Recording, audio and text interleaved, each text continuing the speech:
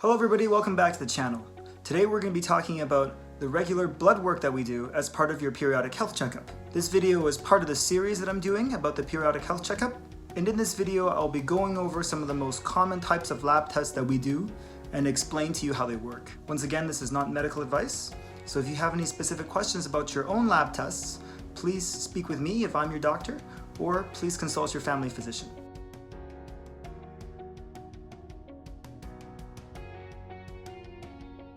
The first test that doctors do is typically what's called the complete blood count, which looks at your white blood cells, your red blood cells, and your platelets. There's many components of a complete blood count, so let's go through them all. First is your hemoglobin. Hemoglobin is the protein that carries oxygen in your red blood cells. It's used as a measure of whether you have too many or too few red blood cells. For instance, we use this number to find out if you're anemic or not. The other items like the hematocrit, the MCV, the RBC, the MCHC, the RDW, those things we only use in very specific circumstances. And so we don't routinely consider them as part of the regular blood checkup. For instance, the MCV, which stands for mean corpuscular volume, is a measure of how big your red blood cells are. If a person is anemic, the MCV can help a doctor diagnose what type of anemia that person has. Next, we want to measure how much platelets you have. Now, platelets are these little mini cells that help your blood clot in case of an injury or a cut on your skin. We want to make sure you have enough so that you don't bleed out. The platelet count can also indicate other things, for example, if you have a chronic inflammatory condition. Finally, the CBC will also give you a measure of just how many white blood cells you have, and it will also give you a breakdown of the different types of white blood cells you have. Neutrophils, for example, respond to bacterial infections, and lymphocytes respond to viral infections. Your hemoglobin A1c is something we check every year or so to see if you have diabetes or not.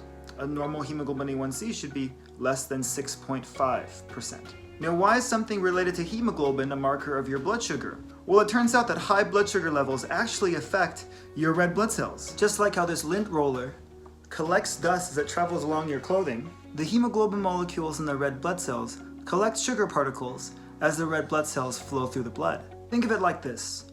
Syrup is sticky. Similarly, the sugar in your blood will stick to things in your blood, like the hemoglobin particles inside red blood cells. Since red blood cells survive for 3 months, measuring the percentage of hemoglobin molecules with sugar stuck on them gives us a measure of your average blood sugar for the last 3 months, which is a much more reliable way of assessing your average blood sugar than a simple one-time blood sugar measurement. And that's why we measure your blood sugar in terms of the percentage of red blood cells that have sugar molecules stuck on them, the hemoglobin A1c. Next, we measure your lipid profile, which is how much cholesterol and how much triglycerides, or fat molecules, you have in your blood. Your lipid profile will have many components.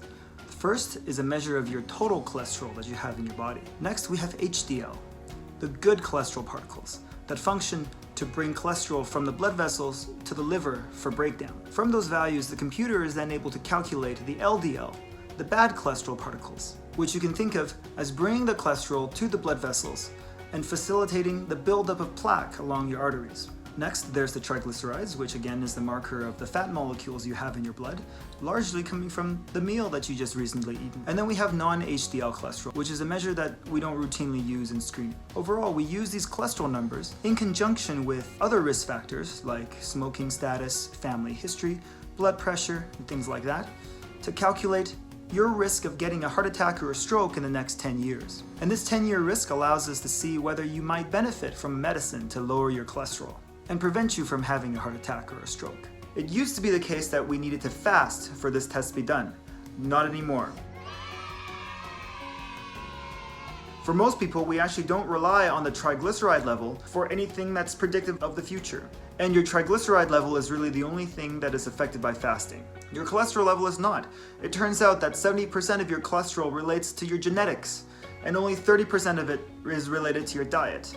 And that's not an excuse to eat bad food, but it is a good reason that you no longer have to fast. Next, we check your creatinine level.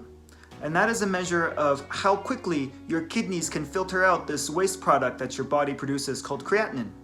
And from your creatinine level, we can calculate your GFR, your glomerular filtration rate. And that's the rate at which your kidneys filter the blood in your body, allowing us to check how well your kidneys are functioning.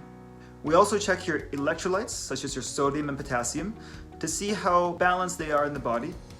Some medications can affect them, for example, so it's good to check them once in a while. Finally, we check the liver. We can check the liver through a variety of mechanisms. The one test that I like to use is the ALT. If you think of the liver as the detox center of your body, that's right, you actually don't need any detox drinks or gimmicks like that. Your liver does that for you. The liver uses enzymes like ALT to break down toxic substances. But when liver cells are damaged and broken, these cells release their internal contents, like ALT, into the bloodstream, which we can measure and track as a measure of how well the liver is functioning and how healthy it is. Now, on your report for each of these lab values, you'll see a reference range for what is considered normal. The lab values for what's normal are defined based around 95% of a truly normal range. So if your result is a little higher or a little lower than these lab-defined values, it may not mean that you have an abnormal result. Definitely check with your family doctor to interpret your blood work results. Well, that's it for this video that summarizes the blood work that we do on a regular basis. For the main video that explains the components of a periodic health checkup, for explanations of screening tests, and for explanations of the vaccines we give to people after childhood, please check out my other videos. Until then, stay healthy, stay safe, and see you later.